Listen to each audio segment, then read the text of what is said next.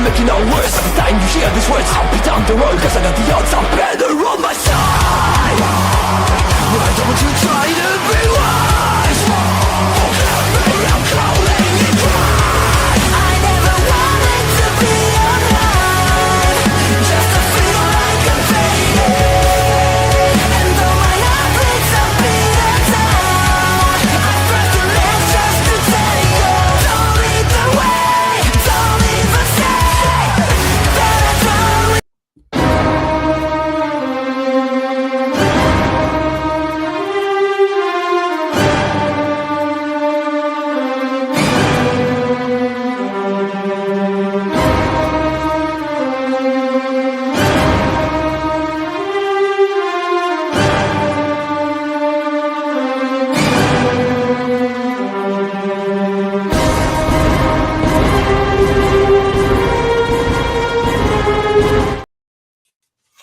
To all my lovers, hello. To all my haters, hello, peasants. Welcome to Marvel Talk right here on OLE. I am your co-host Andre C, joined as always by my sassy sidekick. It's Peggy, and welcome back the former co-host, but once again co-host of this show. It's Ol'Ed. How you doing, brother? How you doing, sassy sidekick? How you guys doing tonight? Doing good, yeah. Thanks for having me again. Of course. I'm doing all right. You know, it's second night back, and we're going to get through it. There may not be an Evolve tonight, but we're going to get through it. Like Ed with the tiny sign. Yeah. I think that's what Ed, the best sign for Ed. Aspirational, because Ed's going to get smaller. It's aspirational. It is indeed going to get smaller. The process is already See, it originally started me being a dick. Now it's positive. I will be the one who will be 2/3 the size I used to be. Yes, that's the way to go, man. I can steal the 2/3 moniker from you. I am glad to give it up. I'll just become all. I'll become all Andre, and you could be Ed 2/3 Ed. Oh goodness. Well, while we're here, we're gonna have to adjust this. Hello, my friends. How you all doing this evening? Just dropping in to support. Have a great show. Yes, Bobby is unfortunately busy tonight, but thank you, Bobby, for jumping in. I greatly appreciate it, as we always do. I'm gonna move Peggy up so that comments don't block her. Yeah, we're gonna. Oh. That's okay. You don't need to block Peggy with comments. So we're here. Art for art's sake, episode 7 of 9 for Daredevil Born Again. Andre, let's start with your general opinions because you and I seem to. Did we want to start with you talking about the last 2 episodes since you watched them? We can. So I liked episode 6 a lot. I thought episode 6 was really good. I thought episode 5 was fine for what it was. It was a bottle episode that they were like, oh shit, we don't have enough content. Filler episode. Like nothing that happens. And again, maybe episodes 8 and 9 will tie back into what happened in episode 5 with meeting Kamala's dad, and maybe it's just setting up for things that we get along the way. But like, it's a fun episode. It's a heist episode, but it means nothing right now, which is kind of unfortunate because it's an entire episode that really doesn't mean anything. But again, it was fun. It was exactly what it needed to be.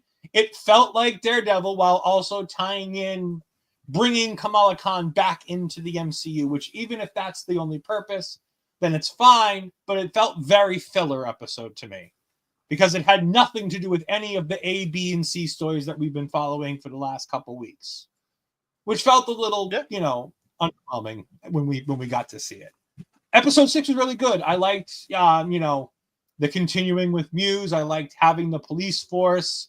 I liked having the girl involved again. I like how we're continuing to involve the yellow storyline here. That's nice because it means that probably in the Rebirth MCU in the future, we're going to have a white tiger that's going to be this little girl. So I think that's going to be a fun thing that when we time jump further, will have her as a white tiger for the MCU in the future, which is great. It's good to have her there. It's good to have her tied to Matt. And it's good to see Matt back in the suit. It's good to see Matt doing the Daredevil things. And we'll talk more about Daredevil doing Daredevil things and the toll that's taking on Matt and everything else here tonight. But yeah, I thought they were, again, I've liked all of these episodes. None of them are bad. There's no bad episode. Like I said, I just thought 5 just kind of felt out of place with everything else. It just felt like something like, oh, we're going to throw this in the middle. We said it, like I said it last week. I feel like this episode was put there mainly for when people go and watch this series through as a whole. It becomes that little break point for people. That's what that episode will be. It's that little break, like, and then get back into snowball towards the better end. So, yeah. These robbers dared their last devil. They did indeed dare their last. But we're here tonight, and Muse is the premiering point of this entire episode, which is great until the end. We'll get to the end. Not even the end. It was like halfway through the episode, and they pulled the trigger, literally, and then they did a bunch of shit after. And I'm like, talk about it now. Let's talk about it now. Then the death of Muse. Is this a good or a bad thing for this show? Okay, so I watched this episode. I got up this morning and watched it, and I was very conflicted by it because, again, good. The story it was telling was very good, and then when they got to the scene where Muse's alter ego shows up for therapy, I'm like, oh, this is gonna be some crazy shit, and it's gonna lead into more Daredevil fighting, and then it's gonna lead into whatever's happening in episode 8. And they complete that episode 8 part away from me because it's just taking him out so early really threw me off. But so the day I was looking at, like, on Threads and Instagram and Facebook and Twitter and all that shit, and I saw somebody's post on Threads, and this is the point of Muse was not to act as an arc-wide villain, but to be the villain that pushed both Matt and Wilson back to their identities as what I was about to say. Yeah. And then he forces them both to compromise their growth as characters and default to their own habits. I agree. Once I saw that post, I'm like, God, that makes so much sense.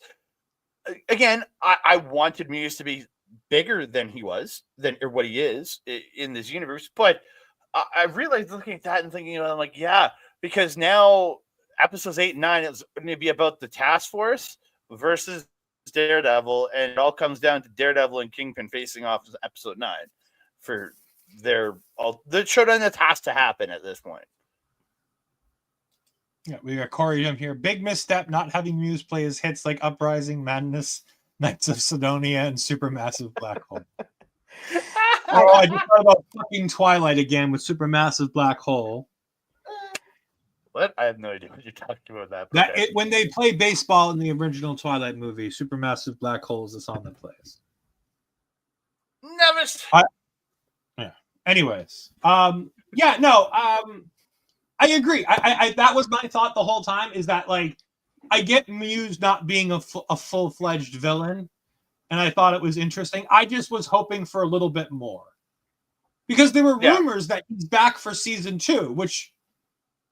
Like, the rumors were that he was going to have a multi-season arc, and I'm like, he is back for season 2. Well, that's going to be interesting because he seemed pretty dead. But it could be for flashbacks, right? I guess. I did see a theory floated online. Are they going to go to the comic book route where he comes back as a ghost? The theory I was looking at is that by getting murdered, his X gene activates and heal, and he brings him back with his comic book accurate powers, and he's officially a mutant because mutants exist within this universe. Kamala Khan, and Namor, and the mutant saga is the next saga. We know that, confirmed from Kevin Feige himself, that the mutant saga is next. So yes, again, resurrection. for Muse, for me, the thing is that we knew the title of this episode. Andre and I talked about this last week, and I said, this is Muse's episode. Just, I mean, the title alone, art for art's sake, right? It had to be Muse's episode. I did not think they were going to kill him off in this episode, because we had also talked about how the second to last episode is normally the big episode that something huge happens. But now I can only think, are we getting the Punisher back? Like, I mean, it would be nice to see him. We've barely seen him. So that has to be what's going to happen going forward. But yeah, the Muse being killed off was not on my cards for last night's episode. I just knew that this was a big episode for Muse just based on the title. Yeah, it's certainly an interesting way to take the episodes coming in. So but the fight sequence alone was fantastic. Going off of that, do we want to go back towards the beginning, or do we want to go back like to the beginning? Yeah. All right. So Matt's the episode opens in the shower, and we get the softcore Disney Plus porno of Matt and Heather in the shower, basically having Disney Plus shower sex. It's as close as we're going to get to it on Disney Plus. Fair. Yeah. This felt unnecessary. The shower portion of this kind of felt unnecessary. Like, I think we could have started this in the bedroom. Not for Peggy. Having a discussion. You know, I have something to say about this. Okay, go ahead. So the reason this, not specifically the shower sequence, is that we are listening to Matt listening to Heather's heart. Yeah. So that plays back into the scene when she says she loves him and her heart is not racing again. So Matt knows that she does not love him. So that's why we have the whole shower thing, to see that she's excited to be with him, so on and so forth. And then we see that other scene where she is not excited to be with him. There's a really cool quote out of this that I found online to be able to use here. I'm dealing with some things and not very well. I used to have this whole other life, and sometimes to me, this all feels fake. Yep. I love this line. I think this is the epitome of what Daredevil Born Again is embracing. This Matt's not okay in any way, shape, or form. And Matt Murdock is starting to feel more like the disguise than ever before.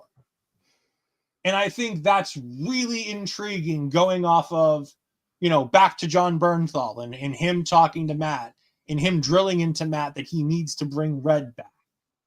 And now Matt's like, it's been like this for a long time. And him trying to live two lives is starting to really get to him. I thought that was incredibly great to see that side of Matt Murdock here. Yeah, like, again, Kevin Conroy talked about this over the years in so many different interviews, talking about Batman, that Batman is who the man is. Bruce Wayne was the disguise. He said that in so many different interviews. I remember talking about it with Kevin Smith on Batman on Batman, and that's the same thing. Matt Murdock is who he puts on for everybody else. Daredevil is who this man is at his core, who just wants to save lives and beat the shit out of people. It's who he is at his core. It's screwed up, but it's what he is. He's a hero at his perfect core, and he's been hiding as Matt Murdock for over a year now. So yeah. There's and this whole scene is actually, like, I really like this whole scene with him and her having this discussion where, he tries to push her off and be like, oh yeah, it's nothing. And then she goes into refers to her as doctor as well, sort of to laugh it all off, Yeah. Yep. And she goes into psychiatrist mode, and he's just like, I don't want to do this. I don't want to confront my trauma. I can't do this. I can't confront all of these things that happen. And I was listening to Jessica from New Rockstars, and she was doing her episode breakdown. And there's something interesting she said that I hadn't realized in my own head, and it made a ton of sense. We don't know how much Heather knows about everything and anything. because they have made her feel so unimportant to like their relationship. Like, we know they have a relationship. We know she basically lives there with him, and she basically like comes there every night, because the whole argument with him and her here starts with her saying, "You didn't come home last night, or you came home late last night." Yeah. And I think that that's really interesting, because we don't know, like, you know, what portions of his trauma about his dad's, you know, death with the ring, with his injury in and of itself becoming blind, with Foggy's death, when she brings up Karen's name and she basically takes 40 years to say the name Karen. Like, because she's suspicious of that nonsense. You know she is. There's a lot unsaid in this scene. And it's like, it almost feels like this actress is doing such a great job, but they've done such a disservice to her, because we're left wondering what she knows, what she doesn't know.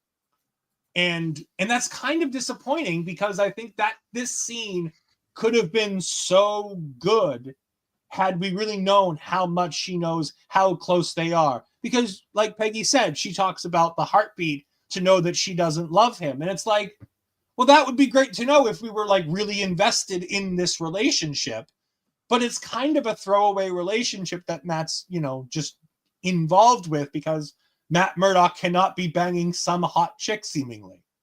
Every time we put, I know Peggy. It's Matt laughs, Murdock. That's who he is. I know, but like in every season of this show, he's always with some attractive woman at some, like, throughout the entirety of the show. It was Night Nurse in the very beginning. You know, when we go to see him in She-Hulk, he's begging She-Hulk. Like, it's just, there's so much here, and it's like, why is this relationship so non-existent? Because he won't let her in. I mean, like, let's just.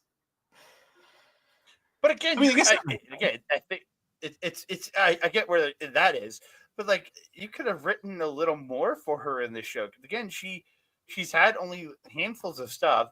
Yeah. Obviously, she has her bit with Kingpin, but it's again, even that has only really showed us a couple scenes. And this episode was the most we've seen of her all season, really, with her and Matt, her and Muse, everything. Like, it's just, it's perplexing, because I honestly didn't realize the heartbeat thing that Peggy said, that he was listening, and I didn't realize that. I didn't even think of anything of that. It wasn't until I had the second part where I realized that her heart was beating just like normal, and that was like, that's why the shower scene existed. Makes sense. Like I said, I just wanted to troll on it just because I thought it was funny that we have this random. I rolled. I'm like, keep romance out of my superhero movies, like, whatever. Like, I'm fine with romance, but like, I didn't need this. Like, this is like, unless it's Tony and Pepper, I don't want romance. Yeah, get romance out of my programs. Or Peter. And I was very interested in seeing what was going to happen between the Hulk and Black Widow. I'll be honest with you.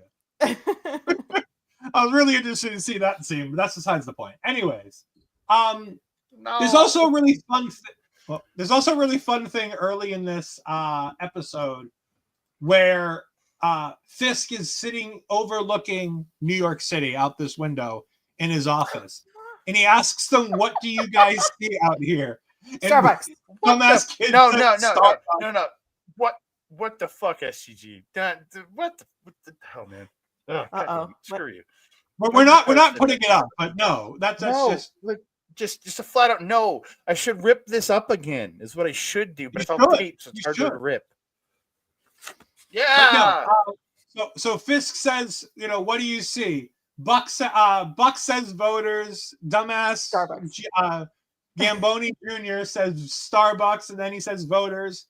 And Fisk returns with fear, a city churning to a stop. Mm-hmm. And I love that we're getting this, like, these profiles of our hero and our villain, like, just looking at the same city and seeing so much difference in the way that they're going about what they're going about. It's just, also, is anybody else tired of Daniel? Like, little Gamboni. I'm tired of the little mafia boy because like we'll get him to him later on where he just really made me go, what the fuck are you doing, buddy? Yeah, that at the desk. Yeah. Yes, when he was basically interrogating BB and acting like he has any I think power whatsoever. honestly, he's my favorite. If I have to say new character, he's my favorite because he's just so ridiculous. Like, yeah. I'm generally indifferent to him at this point. Like at first, I was like, okay, let's see where this goes, and he really hasn't done much for me personally.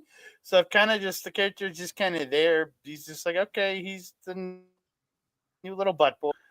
Whatever. I definitely think there's more coming out with him too, though. Like, I mean, we're in 2 episodes, and there's something that feels like it's on the horizon there. He's gaining, if nothing else, he's gaining an ego, and I'm interested to see where that plays with Wilson Fisk. With him like sitting in the chair and her being like, "Do you really want to be in his chair like that?" And he's like, "No, he's his gone." Feet up, drinking his scotch. Like, dude. 2 episodes ago, you basically were about to quit, and he was like, "No, I value loyalty." Yeah. And you're like, okay, now I'm bulletproof. Now I'm just gonna sit at your desk and drink your scotch with my feet up. Okay. And he's like berating BB like he has any power whatsoever. And like I get where he's coming from. Like I get the idea that he wants to make sure that the Daredevil stuff isn't out there. Because that was the best part of this entire episode to me was Kingpin's mindset around the Daredevil coming back. Yes. And the best part is he's still holding on to that apparent deal he made. And again, I didn't see season 3 of Daredevil, but this apparent deal that him and Matt made at the very end where he's going to keep Matt's secret. When they talked in the diner and they talked about, Kingpin can't be Kingpin and Matt can't be Daredevil. And it's like, it's interesting to see him go through this being like, we can't let this city have this vigilante back, this specific vigilante. Mm-hmm. He's like, this is the vigilante that could ruin me for multiple reasons.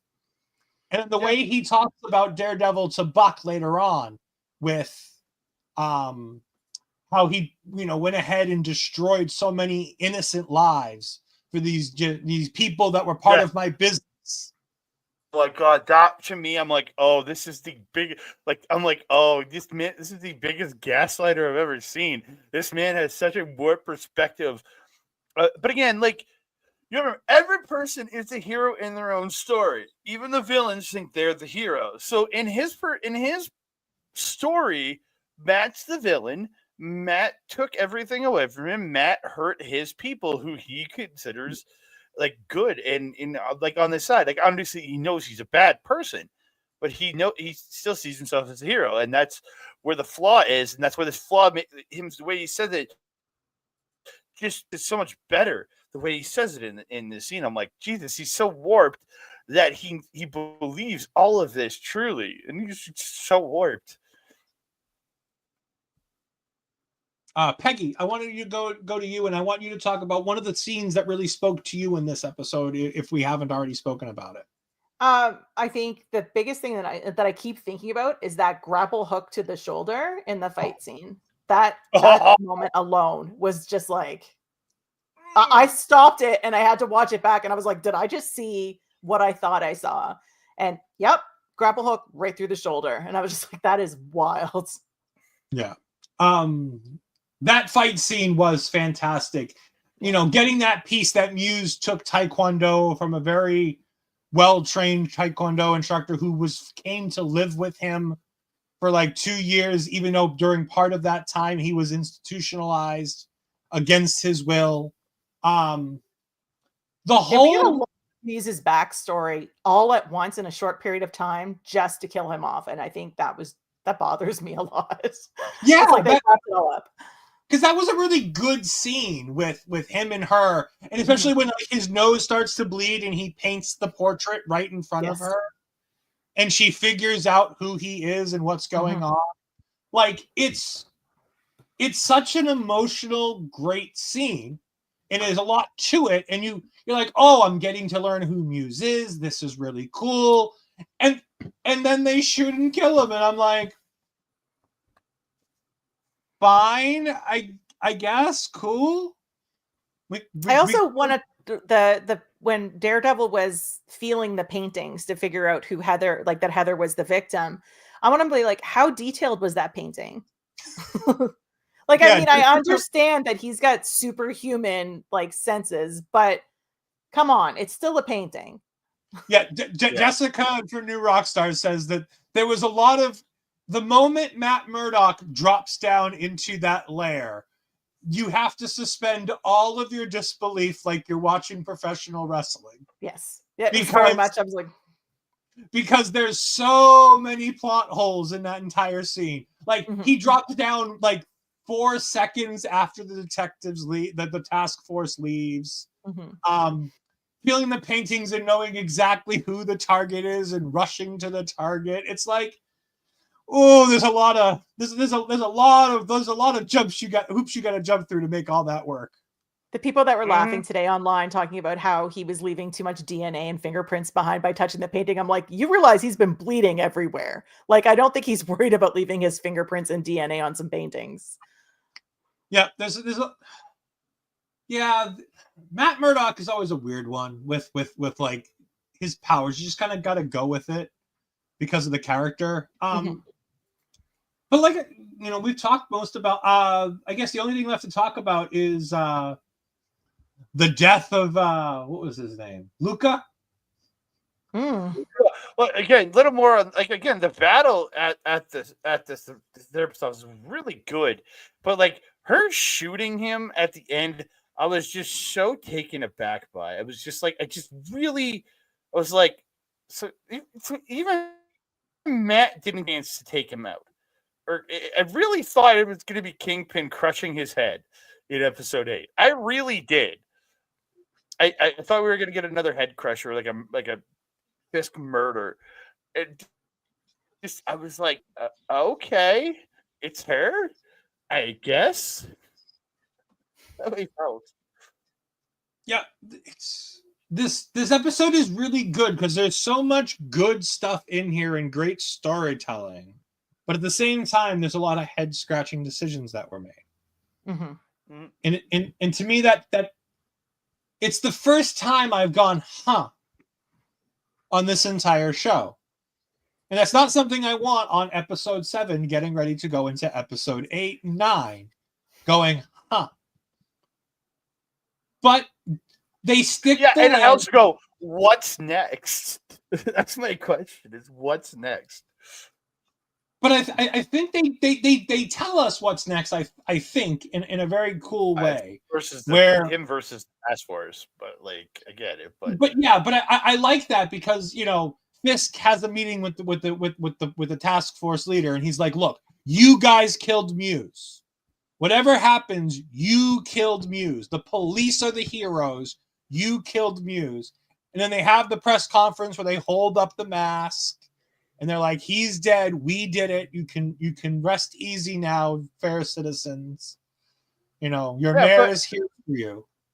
There's a big plot hole in that Heather can just do an interview saying, no, I shot him in my office before they ever showed up. They're lying. Like, it's a giant plot hole right there. She could just totally screw everything for them. It's not a plot hole yet. But it's a potential plot hole. Yeah. It's not necessarily a plot hole. It's true because she's the press conference while she's in the hospital. So she hasn't even had a chance to go against what they're saying because she's just seeing it for the first time when she's in the hospital.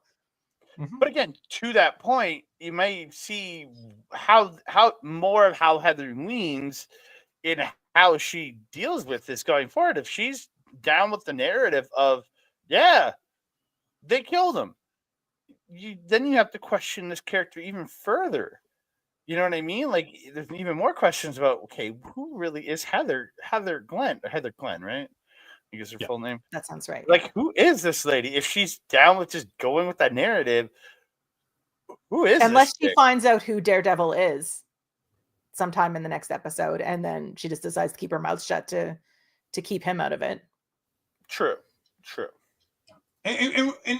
she seems to start to have an inkling of who he might be when she's like, he said my name. Yes. Right before I passed out, he said my name. Yeah. And I'm like, there's ways around that. Like Matt can explain that away if he really needs to. Like if she keeps pushing this, he'd be like, "Lady, it's on the door." Like Yeah. Or you're you asked me.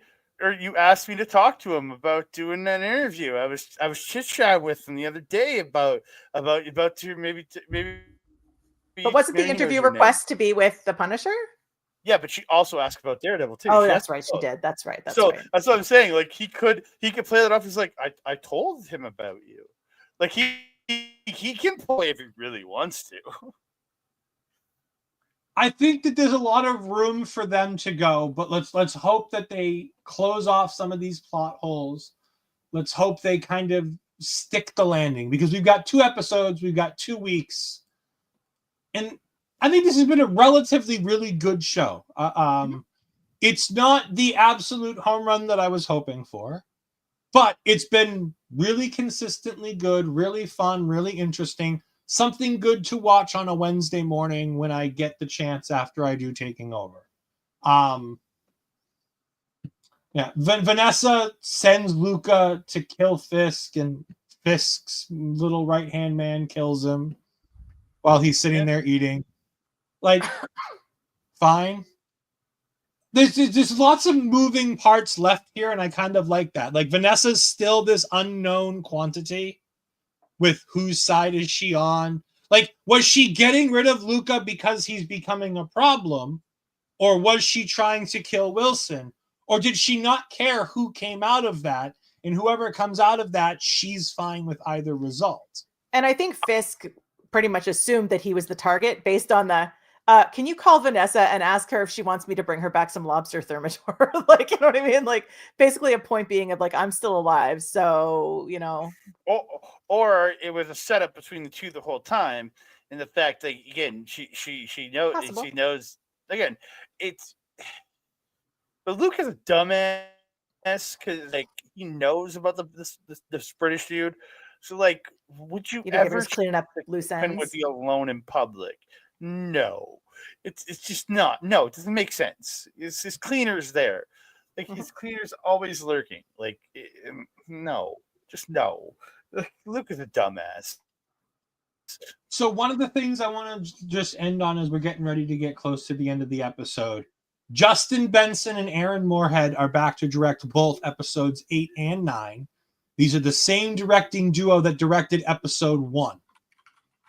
So that makes me excited because that was a really good episode, a really good introduction. So hopefully that means that we're going to really stick this landing. Dario Scandpanani he's part of the writing teams that writes both of these last 2 episodes. He's been one of the main writers for he wrote episode 1. So they're adding a couple people to help with these last 2 episodes of the writing. But the 3 figureheads of this, with one of the writers and 2 of the directors, are all the same people from episode 1, which gives me hope. That's something good to look at. It's something good to see. Hopefully that means we can stick the landing. And again, you also got to remember there's certain things from that they did have to pivot around. The White Tiger stuff specifically, that was there from the original recording. So again, they've had to do some pivoting because they couldn't just re-record every little thing. They had to incorporate old stuff with new stuff to not go way too much over. So again, they've done a good job with the pivoting in what they've done. I feel like it's been weirdly up and down. Like, I understand episode 5 for what it is. I get it. It's a break point in the season. Like, I watch Righteous Gemstones every year. They usually have a break point right in the center of the season. Episode 5, they do 9 episodes every year. Episode 5 is always a flashback episode that gives you backstory on a bunch of characters, but it doesn't run the plot forward. And again, it's what episode 5 is for this. But overall, it's been up and down, but nothing's ever gone below a line that I don't like it. I feel like this is a little bit of a dip, and we're gonna head right back up into that finale, the episodes 8 and 9 over the next 2 weeks. So, and yeah, I think with knowing that we're getting a second season, I think we have to leave episode 9 on a cliffhanger, right? So that's going to be your midpoint, really. Yeah. Just to throw in some numbers, because we all know Ed loves numbers. The 2-episode premiere in the first 5 days, according to Disney themselves, had 7.5 million views on Disney Plus. That is behind Agatha All Along, which in its first 7 days had 9.3 million views. So interesting to note that. Luminate, which gathered viewership data Agatha, from. I was going to say, for Agatha, though, that show feels more from multiple age audiences versus Daredevil seems more of an adult style show. Yep. Yeah. Yeah. And Luminate, which gathers viewership from a particular group of smart TVs, claims that there was 136 million minutes of watch time on the first day. So I don't know how all that breaks down, but just fun, interesting numbers to note with this. As we get ready to go, I wanted, since Peggy's here, and I know Peggy's a big fan of all this, and she doesn't know I'm going to do this, but I'm going to do it anyways. Talk to us about the Nintendo Direct today. I was like, where are we going? Andre knows how I feel about the Nintendo because I've been ranting about it today. A whole text chain. So I got up early to watch the Nintendo Direct because I am a sucker for punishment, and that was very early for me. But I wasn't blown away when I watched the Direct, but I don't think I'm necessarily the demographic for the games that they showed off. There's a lot of games that I hadn't heard of with the Direct, which is fine, or just, not ones that I've played. And when it ended and we didn't have a price, I knew I was in for a shock, because if I know anything from working gaming retail, is that when they don't tell you the price, it's because they don't want you to talk about the price. And if you have to ask, you can't afford it, is sort of my philosophy. So immediately following the Direct, I went onto the Nintendo site to register my interest in it and saw that it was $449 US for just the console, or $499 with the game, which when I hit my interest, it converted to Canadian and showed up as $629 and $699, which was the biggest sticker shock I think I've had in a long time. So I'm trying to decide as why it's the same price as a PS5 or a Series X when it is not the same sort of specs. In my opinion, I don't have my hands on it, obviously. Yeah, but they can't do the things that a PS5 can do in a handheld console. Like, you just can't, right? Nope. So it shouldn't be the same price. Exactly. And, when I bought the original Switch, when it came out in 2017, it was $449. So going up to $629 is a very, very big sticker shock. That's actually $399. So going up to $699 is a huge jump for me. And yes, I know it's been 7-8 years or whatever, but yeah, it was a lot. So I've had a lot of people contacting me today, and I will not be buying it on day one. Most of the games that are coming out this year will still be available on the original Switch. So I'm not at a loss for games. It's not my primary console anyway, but I'm happy for the people that are happy. And there seem to be a couple of reboots that people were really, really happy about. So I'm happy if people are happy to see those. And all I know is I don't need to buy a Switch 2 until November of 2026. Yes. When Gen 10 comes out for Pokemon, because EA is coming for Switch, for the original Switch. They have said that. Metroid Prime 4 is coming to the original Switch. They have stated that. So the two games that I'm interested in are both going to be on the Switch. Mario Kart, not enough to get me to buy a Switch 2. Yeah. Not even. No. Peggy, also, we've just had CinemaCon. Yes. Thoughts on getting the Mandalorian and Grogu in 2025? Okay. It can't come fast enough because I'm No, obsessed. 2026. 2026. That was the Yeah. 20 Yeah, I realized I that made a was mistake. 2026. Yeah. I was just gonna say, did they move it earlier? Because that would make me happy. But yeah, I would like to see the baby. So yeah, anything with Grogu, you can take my money. I will be there opening night, and anything Star Wars for that matter. They announced a couple of things for Star Wars that we've got coming. There's a Yeah, new the thing new coming on Star Wars Day. yeah, We the got the new new show. season of Andor coming. Mhm.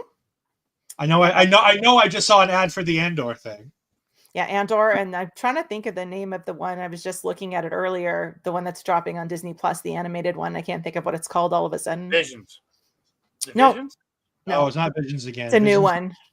There's another one. It's dropping on What? Star Wars. You know that. Okay, yeah. I was gonna say, what's dropping on Star Wars Day this year? Because they've dropped something on Star Wars Day. Yeah, since that's what Disney I'm- Plus has started. Yeah, I'm looking right now to see. Hello, Lieutenant Touchdown. We greatly appreciate you jumping in. You're a new name. Thank you for joining us. We greatly appreciate it. And by the way, while Peggy's looking this up, if you want to follow Peggy in anything that she wants to talk about, you can find her at _Ophelia_Payne on Twitter, or find everything at her link tree, linktr.ee/Ophelia Payne. Tales of the Underworld? Question mark? Tales of the Underworld, yes. Here we go. Andre, for me and you, and also for Peggy, we've got a couple new movies to talk about coming in. Andre, apparently you know who Lieutenant Touchdown is. Oh, hi, Mark. I think that's Mark. I think it's my coworker. That's your biggest fan. There, Ed. Peggy, since STG is asking, do you want to go ahead and promote your other watch-alongs that you do every week? STG is my biggest fan, obviously, now. So you're my favorite. And right now I do Monday and Tuesday, I do wrestling watch-alongs with JPJ Loves Gaming. So Raw and NXT, but I don't know how much longer those are going on for. And I do the Wednesday Night Dynamite watch-along on the lovewrestling.ca YouTube with Big Bad Boris. Big Bad Boris is a wonderful man, so thank you for doing that. I like those. I haven't yet been able to tune in. How wonderful he is. I've met him. When I normally do it, I normally watch our good friend Mike the Ref. So that's where I normally go. If I'm going to do the AEW stuff, I tend to go to Mike the Ref to have some fun because he likes to pick on me, so it's fine. I like to be in the chat and get picked on over there. But yeah, if you follow on any of my socials, I talk about wrestling and video games and basically any sort of nerd culture that's out there. So if you ever want to talk about anything, just send me a message. It's cool. Yeah. Andre, me and you have some stuff to talk about. Into the Spider-Verse, the third one. So that's Beyond the Spider-Verse, I believe is the new name, right? 2 more years. 2027. That's wild. That is a bit insane. I don't. Why is Sony doing that? Why is it? Spider-Verse came Across the Spider-Verse came out in what, 2023? It came out just before the strikes happened, right? It's 2020. Time because they were saying it'll be out next year, and then everything went to hell with the strikes. So I feel like it's right around that time. So is it what, May of last year or the year 2 years ago? I'm looking up right now. 2023. It is a 2023 movie. Okay, so June 2023. But again, okay, the original talk was that it was supposed to come out the following year, which was 2024. And then you got to remember again at that point you have the writer's strike, so you can't really make any alterations to the script. Then SAG goes on strike, so you can't use any of your voice actors because all of your voice actors are also real actors, so you can't use any of them. So you've delayed that another year because of that, because you haven't even started recording anything yet for it. So the only thing you could feasibly do is you could kind of do background work on the graphics, which we got a few photos. 2027? The only thing I can think of is they don't want to Spider-Man up everything too much because of the fact that we also got word that Spider-Man 4 finally has not only a name, but a confirmed release date of July 2025. Sorry, 2026. I keep saying 2025, thinking it's still because it 2020. feels like next year is 2025. Like I'm still in It really denial that does. this is 2025. Yeah. Yeah, it still feels like we're in 2024 at this point. It does. Yeah, But- because like, was it Spider? What's it? A new Brand new day day. or something? A brand new day. Right, which I liked that they've moved away from the home, like because it was Homecoming, No Way Home, or No Way Home, Far From Home. No Way Home. Now it's brand new day. The day will come, and then the day explodes. I don't know what the day after, the day before, the day after tomorrow, whatever they're gonna call it. But yeah, it's all. I'm looking forward to that one. I can't wait to see what they do Spider-Man. I love Tom Holland. I think what they've done in the first 3 movies and everything is. I hope he doesn't appear in Doomsday now with Spider-Man coming right after it. I want a post-credit scene of his character being transported somewhere to mingle with Victor Von Doom. I don't want to see him in the movie now. Yeah, I agree. I think that it's going to be interesting. For those that don't know, I've done a little bit of research. Brand New Day is a comic run from 2008, I believe. And it follows the One More Day storyline that was basically what we did with with No Way Home. This is the rebirth of the Spider-Man character, with no longer being married to Mary Jane because he gave that up to Mephisto to make sure that nobody knows that he was Spider-Man, so that Aunt May can live. Basically, it's redoing what they did in Civil War, where he came out and said he was Spider-Man. So it's part of like a 3-piece arc with Civil War, One More Day, and then Brand New Day is this 3rd piece to this arc, which I think is interesting because it's going to give us a brand new day with this Spider-Man, with a Spider-Man that isn't known, with a Peter Parker that nobody remembers. It's going to be very interesting. It's going to be very... the rumored cast for this really intrigues me. We have a confirmed Sadie Sink, from what I understand, correct? I'm not misremembering that. Sadie Sink was confirmed by Sony. That's the redheaded girl, right? She was from Stranger Things. Girl. Yeah, the redheaded girl. Yeah. She's been confirmed for the movie. And then there's the like, rumors. Oh my God, who's she gonna be? Man, it's like, dude, who cares who she's? Again, anybody that says like, who's she gonna be? Emma Stone. Well, I understand she's a natural blonde. For so many years as a redhead, when she got cast in Spider-Man with Andrew Garfield, everybody's like, she's got to be Mary Jane, red hair. It's like, no, couldn't say she went back to being blonde. Again, just because this girl sit here doesn't mean she's going to be MJ. She could be anybody in the Marvel universe. And then to be very topical, we got Sydney Sweeney rumored to be coming in to play Felicia Day. No, not Felicia Day. That's the wrong name. Felicia Hardy. Felicia Hardy. Like Felicia Day is an actress. She is, and she's a very good one. No, Felicia Hardy, Black Cat. I could see it because again, who Sydney Sweeney is and the character she's played, and again, she has connections to the world. And the fact that her and Zendaya were we're not talking about Spider-Woman. We're not talking about that awful movie. That Madam Web did not happen. I wasn't even referencing. I was referencing Euphoria because she has a connection to Zendaya through Euphoria. So it's her coming in, but just I say purely off of her look, I could see her being the right Black Cat. Felicia Hardy, see it. I think it's interesting because Felicia Hardy's the one Spider-Man love interest that we've never seen in the cinematic version. Nobody's dared to go that way because the Tom Holland movies have no reference to any Felicias. Andrew Garfield had none of that because he had Gwen Stacy, and then we had Mary Jane and Gwen Stacy in the original Spider-Mans with Tobey Maguire.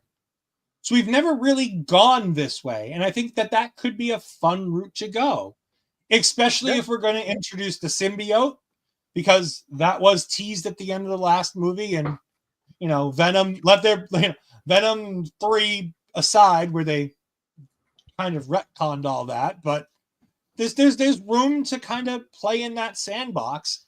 It's really an open world for them right now, and I'm very excited to see what they do with it. I never saw Venom 3, so there's no retcon for me. It's still established canon.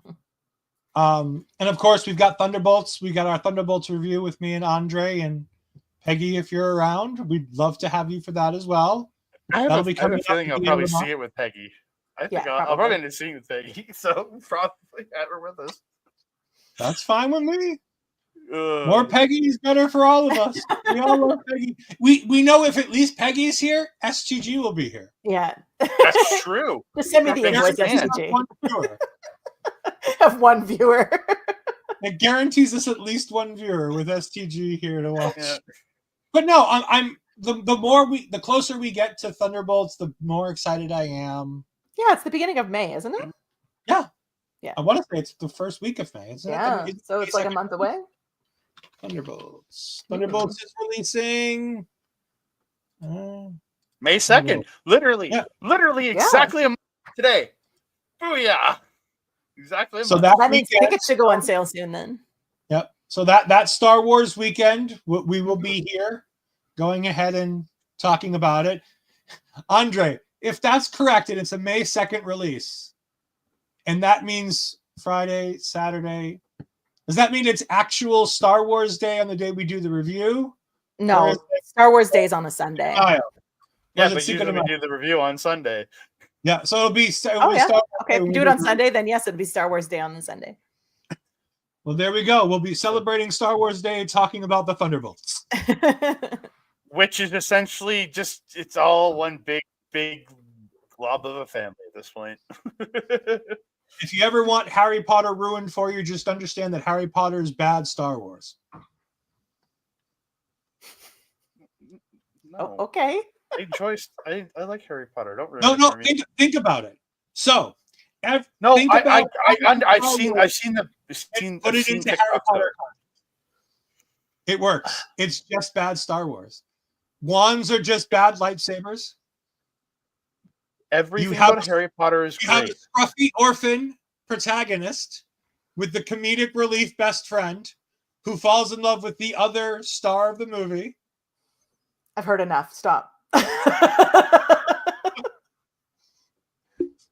was going to say, if you really want to, I can't continue this, but it's bad Star Wars. I'm going to cry. I love Harry Potter. Leave me alone. I mean, I love Harry Potter and Star Wars, and now I'm sad about both of them. Oh boy, with that, it's a big ruiner. Andre, can you go ahead and save this and tell us what you've got coming up in the near future? Harry Potter is a Disney princess, is basically what I took away from that. So I'll be back on Sunday to yell at Ed some more. On Point of View this Sunday, you can find me hanging out with Ed, Bobby, and hopefully Mark will show up for the first time in forever, because we've got another Grand Prix this coming weekend. So maybe he'll show up, but if he doesn't, whatever. I'll just talk more F1 and wax so softly about what's become my favorite sport. But yeah, and then I'll be back next week here on Marvel Talk. All righty. And for me, of course, you can find me down here at EdFries12584. You can find me on Twitch and twitch.tv/EdFries2002. I'm going to not do the Evolve review tonight because I am tired. My tummy is hurting me just a bit. It is uncomfortable to sit for long periods of time, and now doing full work days. It's been a long week already, and it's only Wednesday. Also on Evolve tonight, I thought it was a really good episode. I thought Zeta Steele had a lot of good fun in her losing effort. I thought that Keanu Carter is an absolute beast, and they are pushing Harlem Bravado versus Keanu Carter as a main event level attraction match going into this championship thing. So I'm very excited to see what comes from that. The main event was really good. Kylie Ray versus Wendy Chu delivered as everybody kind of would have expected it would have.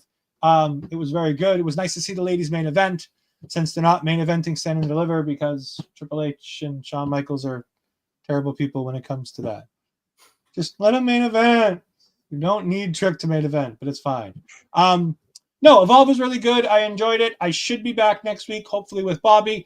And if you want to see anything on our local establishment, please make sure you go down here to @Ol'Ed Podcast on almost all social media platforms, or at our local establishment, where you can find us on YouTube and Twitch. Make sure you go ahead and subscribe. And if you can, watch us in the background as we're trying to get the first level of monetization, where you can start getting super chats and memberships. Not that we really know what we're going to do with those things once we get them, but it will be able to go ahead and give us a little bit of way to make some money so that we can go ahead and pay for the Canva. We can go ahead and pay for the StreamYard, because these things are a touch expensive and some of the Ol'Ed members are picking up the bill, and we greatly appreciate that. So any of your financial support, that's what it goes to. So thank you very much for joining us. We greatly appreciate it. If you're on Twitch, go ahead and subscribe there to go ahead and give us a little bit of financial support. We've got a whole bunch of stuff coming up. I'm going to go ahead and play the calendar on the way out so you can see all the things that we have coming up the rest of the week as we get out of here. Peggy, again, thank you for joining us. Thank you for filling in when I'm not here. We greatly appreciate it. Again, just let Andre know if you want to come here. Let me know if you want to come here, and we will get you a link. You are more than welcome here anytime. Sounds good. Heck yeah. Have a great night, everybody, and we'll see you next time. Bye.